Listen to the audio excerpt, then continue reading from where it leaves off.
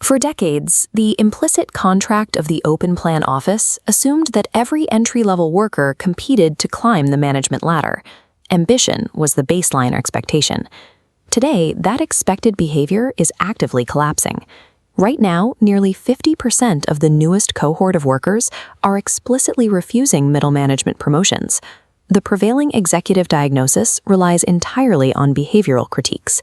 Leadership overwhelmingly attributes this mass refusal to a lack of work ethic, to extreme sensitivity, or basic laziness. That diagnosis treats a systemic structural failure as an individual weakness. The ladder isn't stalling because the climbers lost their nerve. It is fracturing under immense, invisible downward pressure. Misdiagnosing a structural economic friction point as a generational character flaw blinds corporate strategists to the actual mechanics of the crisis, guaranteeing that their retention strategies will fail. Stripping away the emotional rhetoric and analyzing these young workers strictly as rational economic actors reveals a completely different motive. Ultimately, they are simply optimizing for survival. The central problem is mathematical. The fundamental input-output equation of the middle class is structurally broken. This split-screen graph maps the disruption. On the left, we see the historical baseline of the American dream, where an increase in labor output reliably yielded a proportional increase in wealth and stability. On the right, the modern trajectory flatlines regardless of effort. We are going to calculate the exact inputs and outputs of the modern economy to prove that opting out of this system is the most mathematically sound decision available. Viewing career stagnation as a mathematical certainty completely shifts how we must analyze the modern labor market. To trace exactly where the math broke, we have to look at what a functional middle-class equation looked like 40 years ago. Economists evaluate this baseline using a metric called the Cost of Thriving Index. This index tracks the specific cost of 4 non-negotiable survival pillars: housing, healthcare, transportation, and food. Looking at this 52-week calendar grid, we can plot the 1985 calculation. Covering those 4 baseline costs required exactly 40 weeks of labor for the median worker. That leaves a strict remainder of 12 weeks of surplus income generated by a single salary. This 12-week surplus created the entire mathematical foundation for family vacations, home ownership, and retirement savings. The traditional advice to simply work hard and advance relies entirely on the existence of that 12-week surplus.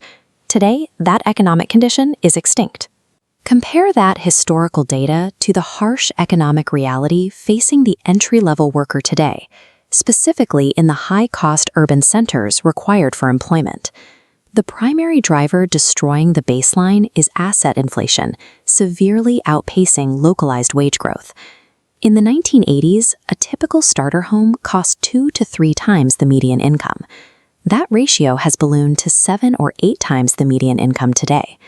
When we update the Cost of Thriving Index on this calendar grid, the required labor block rapidly pushes past the 52-week mark, stopping at exactly 65 weeks. It is physically impossible to fit 65 weeks of living costs into a 52-week calendar year for a single earner. The immediate behavioral consequence of this math mandates dual incomes or extreme debt simply to maintain basic solvency. The entry-level worker experiences a violent, crushing time-to-money compression, where the required output constantly exceeds the available time. When the baseline cost of existence requires more hours than physically exist in a year, the economic game is structurally rigged against the player. The millennial generation discovered this growing labor deficit first. Their primary response was attempting to outwork the math via hustle culture. The rise of the gig economy served as a desperate secondary measure to cover the 13-week cost of thriving gap. Recent labor data quantifies this extreme output, showing that between 42 and 46% of millennials and Gen Z actively hold supplemental jobs. Yet systemic macroeconomic shocks repeatedly wiped out these labor gains, specifically the 2008 financial crash and subsequent compounding inflation. The net outcome of millennials working 60-hour weeks over a decade is clear. Millions failed to secure property, remaining trapped in an endless rent cycle. The Gen Z cohort is now evaluating this exact historical data.